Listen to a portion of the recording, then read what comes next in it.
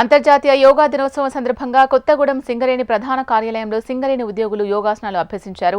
ఈ కార్యక్రమంలో ముఖ్య అతిథిగా సింగరేణి డైరెక్టర్ E&M సత్యనారాయణ పాల్గొన్నారు. యోగాసనాలు శారీరక మానసిక ఆరోగ్యానికి ఎంతో అవసరమన్నారు సింగరేణి డైరెక్టర్ సత్యనారాయణ. యోగా క్రమం తప్పకుండా సాధన చేయడం ఏకాగ్రత, మానసిక స్పష్టతను పెంపొందించడానికి దోహదపడతాయని, ఉద్యోగ నిర్వహణలో ఒత్తిడికి లోనవుతున్న నేపథ్యంలో యోగా సాధన నిత్య జీవితంలో ఒక భాగం కావాలి అన్నారు. అది ఒక సపరేట్ ఇదే కాదు. యోగా అనేది మన భారతీయ జీవన శైలి, జీవన విధానం.